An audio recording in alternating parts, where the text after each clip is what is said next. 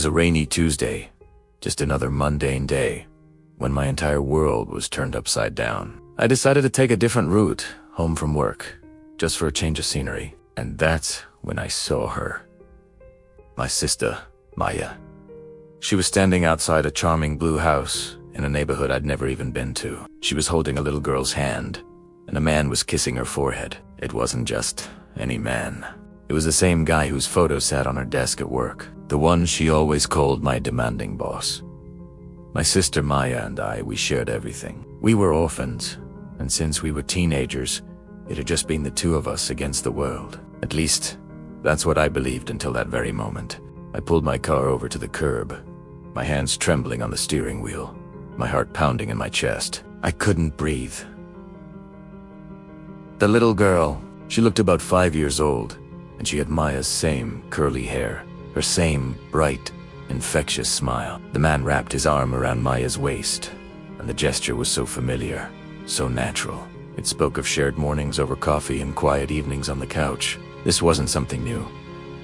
This was a life. I drove home in a complete daze. My mind was racing, trying to piece everything together, replaying the last 5 years in a frantic loop. Maya's sudden business trips that always seemed to land on weekends.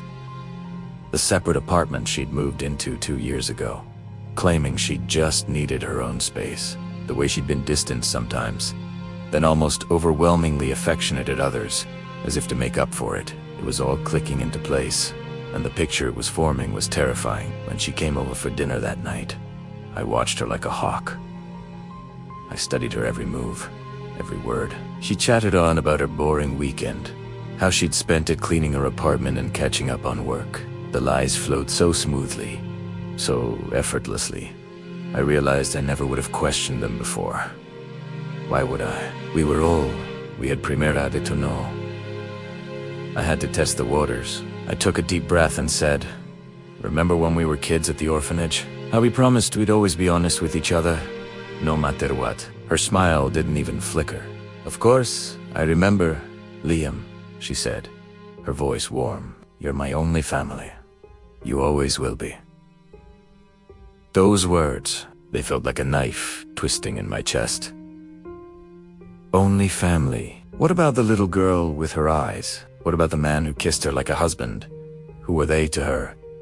I couldn't let it go. Over the next week, I became a ghost. I followed her. I saw her pick up the little girl from school, and I heard the child's sweet voice call out, "Mommy." My heart shattered into a million pieces. I watched her and the man grocery shopping together, bickering over which cereal to buy like any ordinary couple. I saw them at parent-teacher conferences, laughing with other parents. I saw them hosting a birthday party in their backyard, surrounded by friends and family I never knew existed. They were living a complete, full life that I had no part in. A life that, apparently, couldn't include me. The more I discovered, the more confused and hurt I became. Questions piled up in my mind, a relentless storm of whys. Why keep this a secret? Why create this entire separate identity? We had no other family, no one who would judge her for having a child or being in a relationship.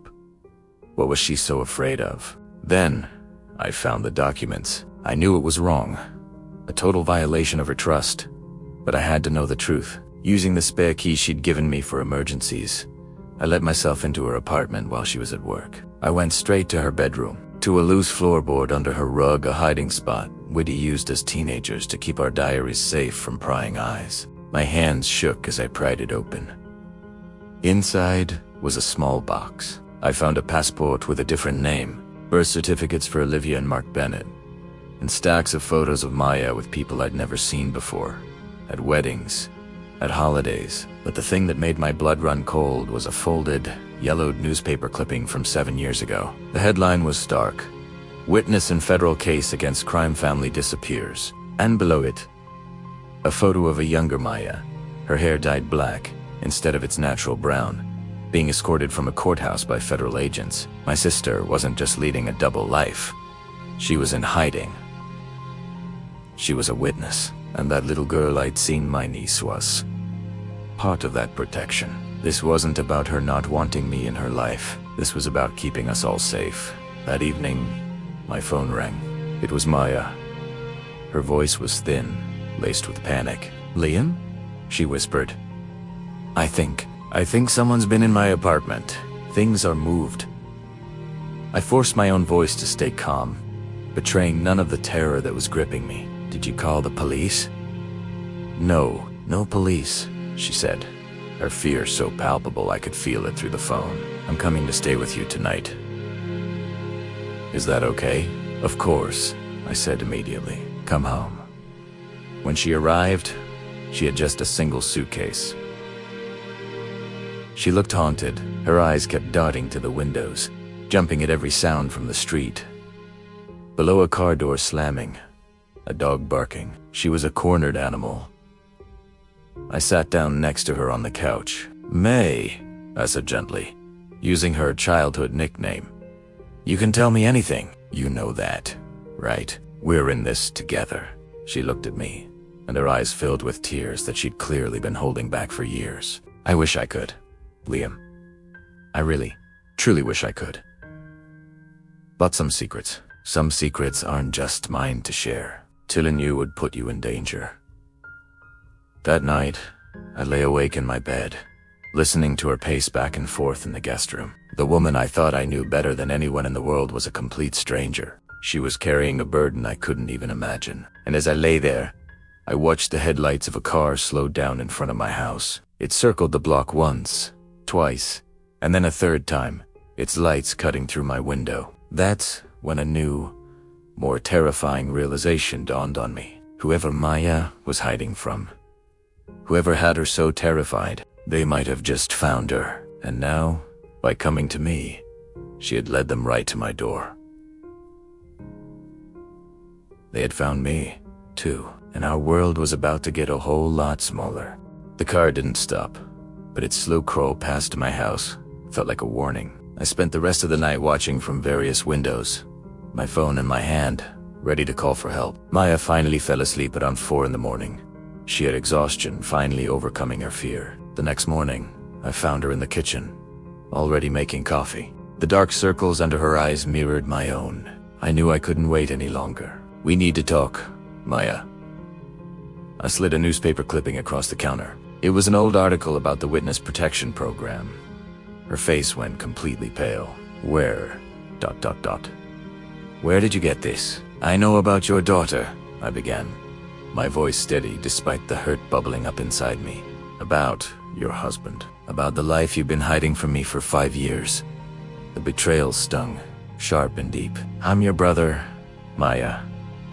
How could you not trust me with this?" Tears immediately started streaming down her face. "It was to protect you, Liam. Don't you see? The less you knew, the safer you were. If they ever found out you knew about me."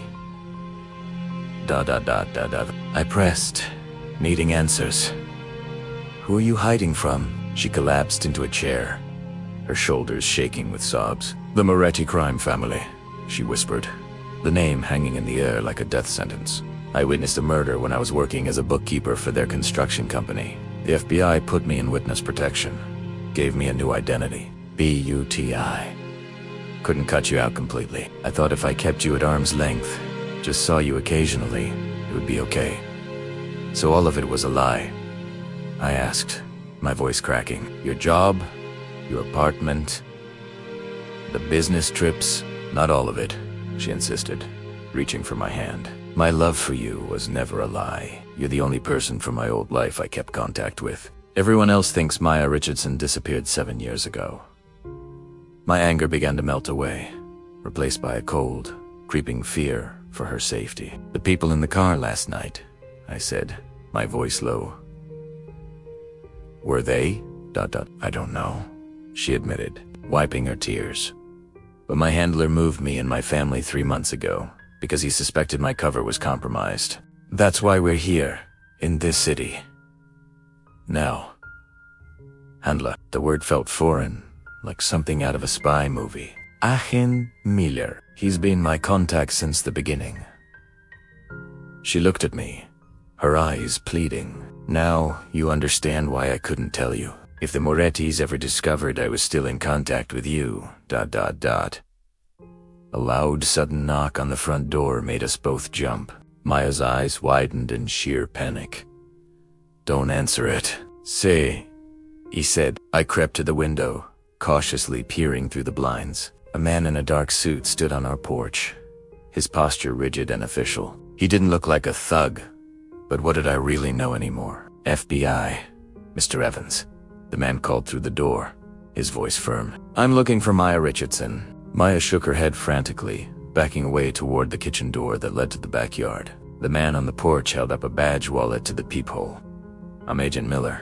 Maya, I know you're in there. We need to move you immediately. Your location has been compromised." I looked back at Maya, who had frozen halfway to the door. "Is that him?" I whispered. "Your handler." She nodded slowly, but her expression was torn, a new kind of fear dawning in her eyes. But he wasn't supposed to come here. Ever. That was the rule. A chill ran down my spine. Something in her tone made me hesitate. "How would he know you're here?" Before she could even get a word out, a second car, unmarked but with that same sterile, government feel, pulled up behind the first. A woman stepped out, her posture rigid, and walked over to the man who called himself Agent Miller. I couldn't make out their words through the thick glass of the window, but the tension was obvious. Lima Maya's whisper was a ghost in the silent room, her face drained of all color. "That's not Agent Miller." "What?" The word caught in my throat. "The real Agent Miller," she said, her voice trembling, is sick. "He has a scar over his left eyebrow. This man, he's shorter, and there's no scar." Her hand shot out and gripped my arm, her nails digging into my skin. "They found us. Asifonque." The knock on the door came again. Harder this time, more insistent. "Maya, I know you're scared, but you need to come with me now. It's not safe here." The man's voice was calm, but it held a chilling edge. Outside, the woman from the second car had pulled out a weapon. She held it low, trying to be discreet, but it was there. A dark promise as she scanned the street. A switch flipped inside me. Years of military training I thought I'd left behind surged to the surface. "Back door. Now," I ordered Maya, my voice low and firm. "We'll cut through the neighbor's yard to the alley." We moved with a speed and silence that felt eerily familiar, like when we were kids playing hide and seek in the twilight. But this was terrifyingly real. As we slipped out the back door, the sharp splintering crack of the front door being forced open echoed behind us. We didn't look back. We sprinted through Mrs. Henderson's pristine garden, catching a glimpse of her startled face peering from her kitchen window. We vaulted her fence and landed in the grimy alley that ran behind our houses. My car was parked 2 blocks away, an impossible distance. "Where's your car?" I gasped, my lungs burning. "At my apartment," she panted. "I took a taxi here last night." Of course she did. Smart. No traceable vehicle leading them straight to my doorstep. But that smart move had left us stranded, on foot, with armed pursuers closing in. We ducked behind a large, foul-smelling dumpster just as the 2 fake agents stepped into the alley. The man raised a radio to his mouth. "They're on foot. Covered the perimeter. She's with a male, early 30s, dark hair." My blood ran cold. A male, early 30s, dark hair. They were describing me. In a matter of minutes, I had gone from a concerned brother to a target. Just then, Maya's phone buzzed. She pulled it out, her eyes widening in a mix of terror and relief. "It's the real Agent Miller," he says. "Get to Safe House Delta. Immediately. He's sending extraction." "Where is Safe House Delta?" I asked, my eyes fixed on the 2 figures who were now systematically checking behind every obstacle in the alley. They were getting closer. "The old train station," she whispered urgently. "There's a secure room behind the ticket counter." They were moving toward our dumpster. We had maybe 5 seconds before they found us. A split-scanned decision. It was the only way. "I'll draw them away," I told Maya, my mind already racing. "You run. Run to the train station." "No." Her eyes were wide with panic. "I'm not leaving you. "You have a daughter who needs her mother," I said, the words tasting like ash in my mouth. "Go." Before she could protest, I exploded from behind the dumpster, sprinting in the opposite direction of the train station. "Over here," I yelled, making sure I had their full attention. It worked. Like predators spotting fleeing prey, both of them took the bait and charged after me. I could hear one of them on the radio. "The male is fleeing west. The primary target may be with him." I ran harder than I ever thought possible, my feet pounding the pavement, my body an engine of pure adrenaline. I cut through backyards, leaped over fences.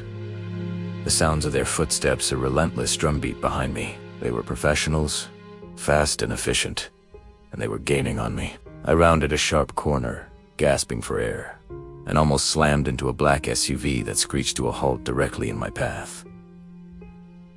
The passenger door flew open. A man with a prominent scar slicing through his left eyebrow leaned out, his expression urgent. "Get in, Liam. Now." The real Agent Miller. I didn't hesitate. I threw myself into the vehicle, and the tires screamed as we peeled away. In the rearview mirror, I saw the two fake agents round the corner, their faces contorted with fury. Safe, for a moment, my first question burst out. "Where's Maya?" "Safe," Miller said, his gaze locked on the road ahead. "My team extracted her. She's on her way to be reunited with her family." The relief that washed over me was so intense it almost made me black out. I sagged against the seat. "Thank you." Miller's expression turned grim. "Don't thank me yet. The Meredis have a mole inside our office. It's the only way they could have found you. And until we figure out who it is, no one is safe." He glanced over at me, his eyes holding a weight I couldn't decipher. "I'm afraid you're in this now, Liam, and the only way out is through." As the city blurred past the window, a sickening realization dawned on me. My sister's web of secrets, the life she kept hidden from me. It wasn't just to protect herself, it was to protect me. And by trying to help, I just walked straight into the line of fire, blowing that protection to pieces. My quiet life was over. The car's engine growled as Agent Miller threw it into another hairpin turn, the tires screaming against the asphalt. He navigated the labyrinth of side streets with a cold, practiced efficiency, his eyes darting from the road to the rearview mirror, then to the side mirrors, then back again. His movements were a blur of constant, controlled vigilance. "They'll have every exit out of the city watched," he said, his voice a low, steady rumble that did little to calm my racing heart. "Every highway, every bridge, every train station. We need to lay low, disappear completely, until my team can secure a clean extraction route." The car plunged down a steep ramp into the dim, concrete world of an underground parking garage. The building above us was sleek and modern, a glass and steel monolith that scraped the sky. Miller killed the engine, and the sudden silence was deafening. "Safe House Gamma," he announced, as if that explained everything. "Only 3 people in the entire bureau know about this location. We're off the grid here." We rode the elevator in tense silence. The apartment it opened into was as sterile and impersonal as a hotel room that had never seen a guest. The air smelled of paint and new carpet, not of life. There were no pictures on the walls, no books on the shelves, no sign that anyone had ever called this place home. While I collapsed onto a stiff, unfamiliar sofa, the adrenaline from our escape finally crashing over me in waves of exhaustion. Miller was already at work. He pulled a small, sophisticated device from his jacket and began methodically sweeping the room. His movements precise and economical. He checked behind picture frames, under tables, inside light fixtures. "Where's Maya now?" I asked, the words catching in my throat. "My sister.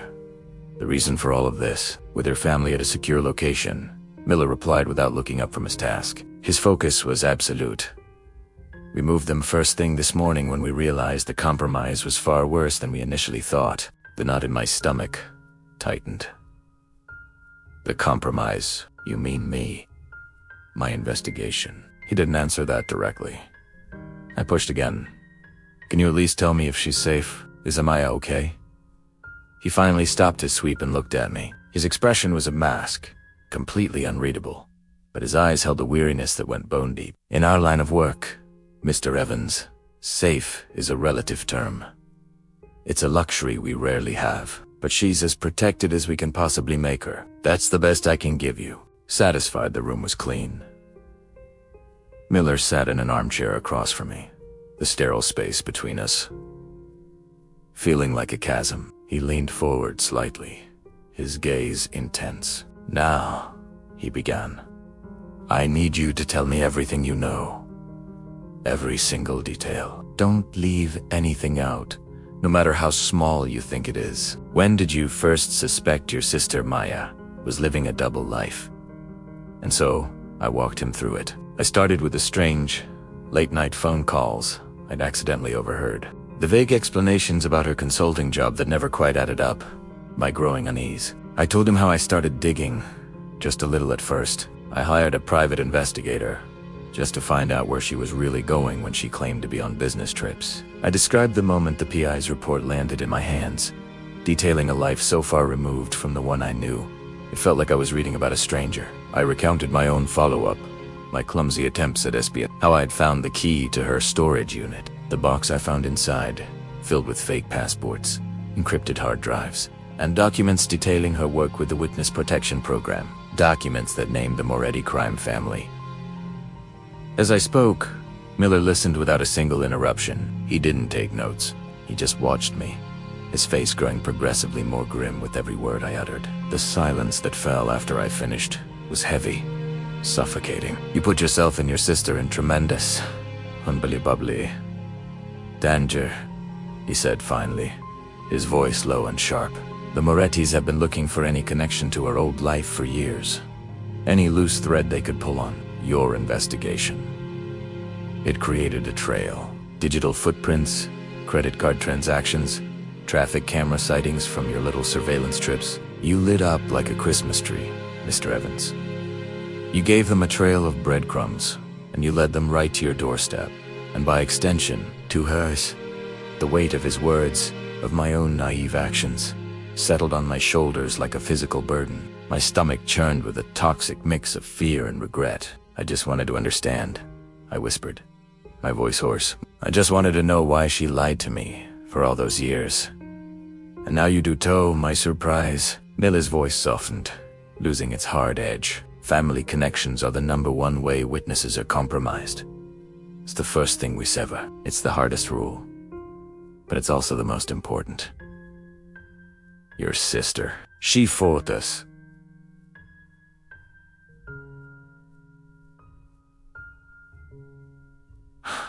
On that, she fought to keep some contact with you, against my direct recommendation. She knew the risk, but she took it anyway. She loved you that much."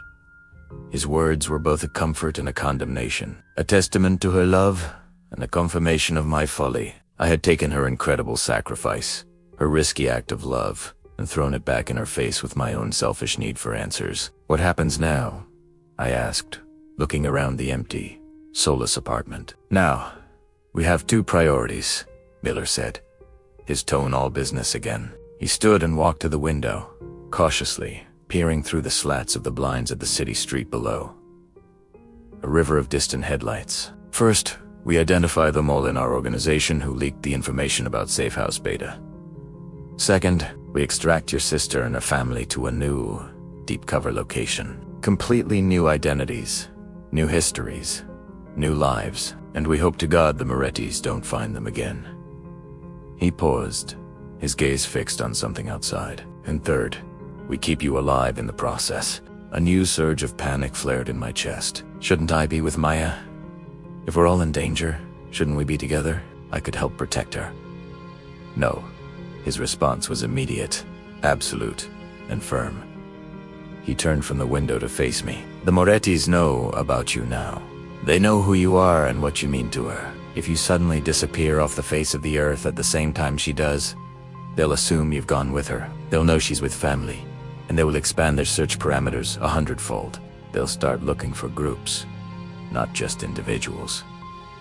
The best way, the only asterisk way to protect her right now, is to make them think you're still here, scared and confused, with no idea where she is or what's going on. The terrible logic of his plan dawned on me. So, I'm the bait. The diversion. You're the protective misdirection, he corrected, his choice of words precise, but yes, you are. He walked over and pulled a small, black, featureless phone from his pocket. A classic burner phone. He handed it to me. This is a secure, encrypted line. My number is the only one programmed in. Use it to contact me and only me. Don't use your personal phone for anything. Don't check your email. Don't look at social media. Nothing. They're almost certainly monitoring it by now. Consider it compromised. As if on cue, a familiar buzzing sound vibrated from my pants pocket. My personal phone. I pulled it out. The screen lit up with a blocked, unknown number. My blood ran cold. Miller's eyes locked onto the phone. He gave a sharp, single nod, gesturing for me to answer it. Then, he pointed to the speakerphone button. Answer it, he mouthed silently. Put it on speaker. My thumb hovered over the green icon, my hand trembling. The world seemed to shrink down to this single, terrifying moment. With a deep breath, I swiped to answer. Somber, tense music begins and fades slightly into the background just when I thought things couldn't get any more complicated. The burner phone Miller gave me rang. A smooth, almost silky, male voice asked, "Liam Evans." I paused, my heart starting to pound. Who is this? The voice was chillingly calm. A friend of your sister's. We understand she's been having some security concerns recently. We'd like to help across from Agent Miller was already a blur of motion, his fingers flying across his laptop, tracing the call. He glanced up and shook his head. Wasn't the mole? I don't know what you're talking about. I lied, trying to sound convincing. My sister is on a business trip. The man on the other end chuckled, a condescending sound that made my skin crawl. Of course she is. When she returns, please give her this message. Anthony would like to discuss old times. She has something that belongs to him. And just like that, the line went dead. Miller looked up, his expression grim. The call came from a burner phone, but the voice analysis is a perfect match for Vinci Moretti, Anthony's younger brother. They're not even trying to hide their involvement anymore. My mind was spinning. What do they think Maya has? Evidence, Miller said, his voice low. The original financial records. The ones that prove the murder she witnessed was ordered by Anthony Moretti himself. We've kept it locked away as insurance. The Morettis want it destroyed. He shut his laptop with a snap. I need to go meet with my director about the mole. You'll stay here. There's food in the kitchen, and the TV gets surprisingly good reception. Do not, for any reason, leave this apartment after it left. The sterile silence of the safe house was deafening. I paced back and forth, my mind a whirlwind. This wasn't just about finding Maya anymore. They believed she had physical evidence, which made her infinitely more valuable and a much bigger target. An image of my niece flashed in my mind, that little girl, growing up in this shadowy world of safe houses and fake names. I thought about Maya, my sister, carrying this immense burden completely alone for all these years. The anger I'd felt at her deception just melted away, replaced by a fierce, overwhelming wave of protective love. Suddenly, the burner phone buzzed again, a text from an unknown number. My breath caught in my throat. It read, "Liam, it's Maya. Miller doesn't know I'm contacting you. Meet me at our childhood spot in 1 hour. I have to see you before they move us. Come alone." My blood ran cold. Our childhood spot, the old oak tree in Miller Park, where we buried that time capsule when we were teenagers. How could the Morettis possibly know about that? It was a deeply personal memory, something only Maya and I shared. Unless this was a trap. Unless they already had her. My fingers trembled as I typed a reply. Is everything okay? Where's Agent Miller? The response was almost instant. Can't explain now. Just come. Please. I need you. I stared at the screen, every instinct screaming that this was wrong. My sister, the one who had sacrificed everything to keep me out of this world, would never ask me to break protocol and walk into the open. It had to be a setup. Without a second thought, I called Miller. "Don't move," he said, his voice sharp and immediate the moment I explained the text. "I'm 5 minutes away." That confirms it. The mole has access to witness background files. Only someone in the Bureau would know about that location from Maya's psychological profile. While I waited, a dreadful curiosity took over. I pulled up a map of Miller Park on my phone. My stomach dropped. The old oak tree was in a clearing, surrounded by tall buildings. It was a perfect sniper's nest. They weren't just trying to lure me out to capture me. They were planning to eliminate me. Minutes later, Miller burst through the door, flanked by 2 other agents. "We're moving you now to a more secure location." The mole has clearly escalated from sharing information to orchestrating active operations. But as they started to usher me out, an idea, reckless, dangerous idea began to form in my mind. "Wait," I said, stopping them in their tracks. "What if we use this? What if I go to the meeting?" Miller stared at me as if I'd lost my mind. "Absolutely not. That's a suicide mission. Just hear me out," I insisted, my voice gaining strength. "They think I'm coming. If I'm a no-show, they'll know it on to them, and the Mo will go deeper underground. But if we set up our own operation, we could catch them in the act. We might even be able to identify the mole." Miller studied me, his face an unreadable mask. "That's a dangerous gamble, Mr. Evans. My sister has been risking everything for years to do the right thing," I said, my voice steady, despite the fear coiling in my gut. It's time I did the same. There was a long, heavy silence. I could feel the other agents watching, waiting. Finally, Miller gave a slow, deliberate nod. "We'd need full tactical support, surveillance, snipers, the works, and you'd be wearing a wire and full body armor." "Whatever it takes," I replied without hesitation, as the agents began gearing up, transforming the quiet apartment into a bustling command center. My thoughts returned to that little girl with Maya's eyes, my niece, my family. A family I didn't even know existed a week ago. I finally understood why Maya had made the choices she did. I understood the sacrifices she had made without a second thought. Some families are worth any risk. Some bonds are worth any price. And as I prepared to walk willingly into a trap, I knew with absolute certainty that my sister was one of them. The park was unnaturally still, the kind of quiet that feels heavy, like the air right before a thunderstorm. I walked toward our childhood oak tree, the one where Maya and I had carved our initials inside a lopsided heart. My own heart was hammering against the Kevlar vest hidden beneath my jacket, a frantic drumbeat against the synthetic fibers. The wire felt cold against my skin, a constant reminder of the unseen eyes and ears tracking my every move. I fought the urge to touch it, to seek some small reassurance that I wasn't completely alone. In my ear, a small, almost imperceptible voice, Agent Miller's, was calm and steady, a rock in the swirling chaos of my thoughts. "We have you covered, Liam. Snipers are in position. Just keep walking. Act natural. Natural. Right?" It was funny how hard it is to act natural when every nerve is screaming. I focused on putting one foot in front of the other, the crunch of dry leaves under my boots sounding like gunshots in the silence. I finally reached the massive oak, its branches spreading like ancient, gnarled arms. It had witnessed so much of our lives. 20 years ago, Maya and I had buried our dreams right here, beneath its roots.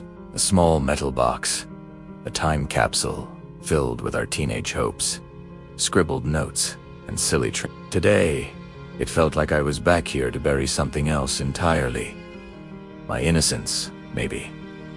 Or what was left of it. A figure emerged from the deep shadows cast by the setting sun. Not Maya.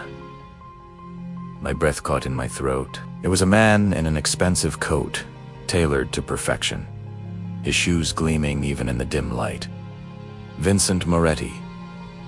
Just as Miller had predicted, he smiled, but it was a predator's smile, all teeth and no warmth. It didn't reach his cold, calculating eyes. "Where's my sister?" I demanded, my voice rougher than I intended. I tried to sound tough, but all I felt was a hollow pit of fear in my stomach. "Safe," Vincent said, his voice as smooth as silk, wrapping around the word and strangling any comfort it might have offered. "For now. She'll stay that way if you cooperate." The threat hung in the air between us, unspoken but crystal clear. "What do you want?" I asked, my hands clenching into fists inside my pockets. "The files your sister stole from us," he said, getting straight to the point. "The financial records, the ones that detail every transaction, every dirty deal. Tell us where they are, and we walk away. You never see us again." "Simple." In my ear, Miller whispered, his voice a low, urgent hum. "Stall him. Our team is moving into position. We need a few more minutes." Buying time. That was my job. "I don't know what you're talking about," I said, trying to inject a note of genuine confusion into my voice. "Files. My sister is a school teacher. What would she be doing with financial records?" Vincent's smile vanished instantly, replaced by a mask of cold fury. "Don't play dumb with me, Liam. Your sister wasn't just a teacher. She was our accountant. She saw everything, and she took evidence that could put my brother away for life. We want it back." Suddenly, a voice cut through the tension, a voice I knew better than my own. "I'm right here, Vincent. Leave my brother out of this," he spoon-haroned. There was Maya, standing not 10 feet away, flanked by Agent Miller and 2 other armed agents. Her face was pale, her eyes wide with a fear I hadn't seen since we were kids, but her chin was held high. She was terrified, but she was also determined. My brave, foolish sister. Vincent let out a low, humorless laugh. "The whole family reunion. How touching." He raised his hand in a casual, almost lazy gesture, and the world seemed to tilt on its axis. Suddenly, the park wasn't quiet anymore. It was swarming with his men, pouring out of sleek black cars parked along the street, emerging from the nearby buildings like ghosts, materializing from the brickwork. We weren't just outnumbered, we were surrounded. Miller's voice was tense in my ear, all professional calm gone.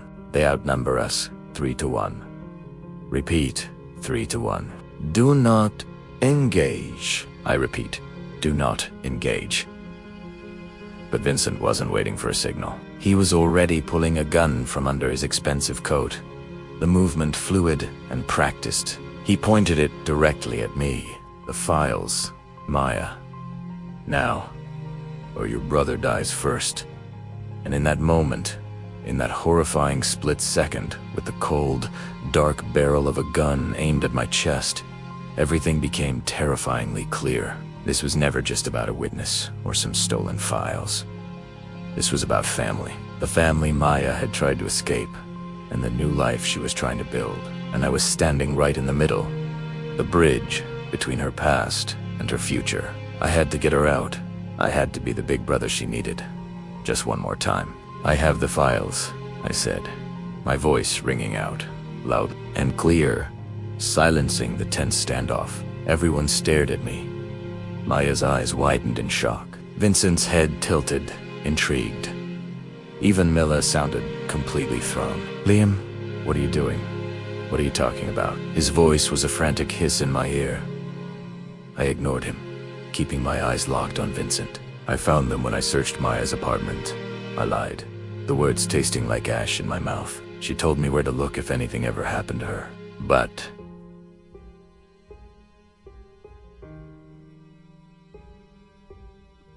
I didn't turn them over to the FBI.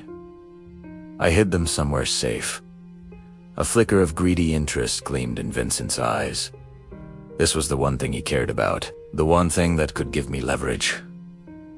"Where?" he demanded. "I'll take you to them," I said, my heart pounding a rhythm that said this isn't, "but only if you let Maya and the agents go. Full stop. You let them walk away from here, completely unharmed. Those are my terms." Miller's voice was now urgent, practically shouting in my ear. "Liam, don't do this. We don't have the files, The originals are locked in a federal evidence locker. This is a bluff you can't win. But I couldn't back down now. I kept my gaze fixed on Vincent, projecting a confidence I was a million miles from feeling. Well, do we have a deal? Vincent studied me for a long, agonizing moment. I could practically see the gears turning in his head, weighing the risks and rewards. Finally, he gave a slow, deliberate nod. You have guts? I'll give you that. Fine.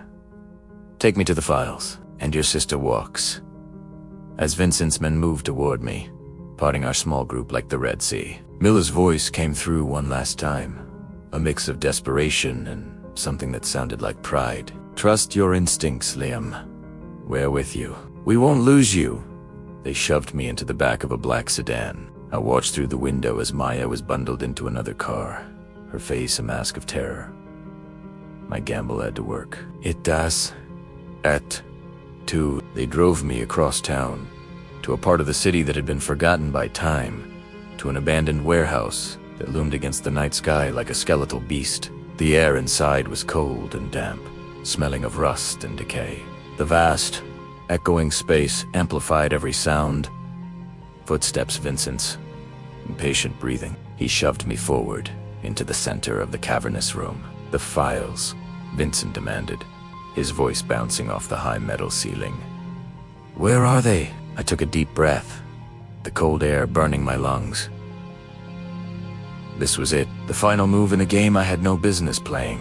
First, I said, my voice steady despite the tremor in my hands. Proof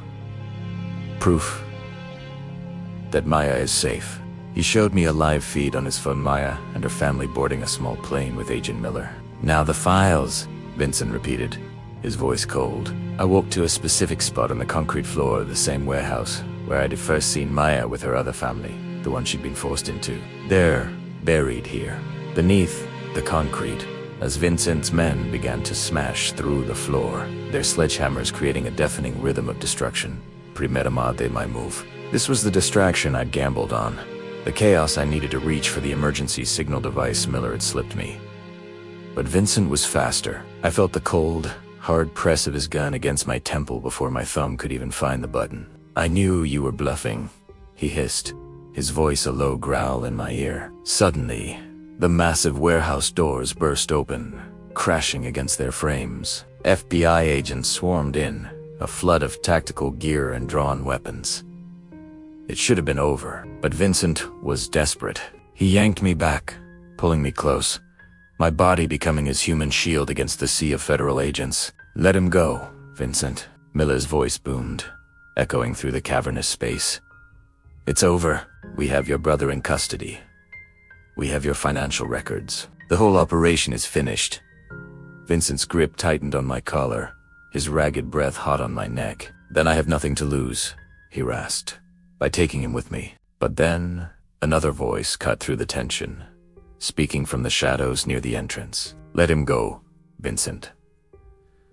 Anthony Moretti himself, the head of the crime family, stepped into the harsh glare of the floodlights. His hands were raised in a clear sign of surrender. It's over, little brother, he said, his voice heavy with defeat. We lost. The standoff collapsed as quickly as it had begun. Seeing their leader give up, Vincent's men lost their nerve, dropping their weapons. In that single moment, the entire Moretti crime family empire crumbled to dust. Later, amidst the flashing lights and the controlled chaos of the FBI processing the scene, Agent Miller pulled me aside. He shook his head, a look of disbelief on his face. That was the stupidest, bravest thing I've ever seen. You risked everything for a bluff.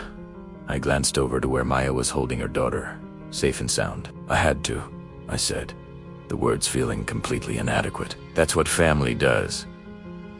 The aftermath was a whirlwind, debriefings, statements, and a storm of media attention.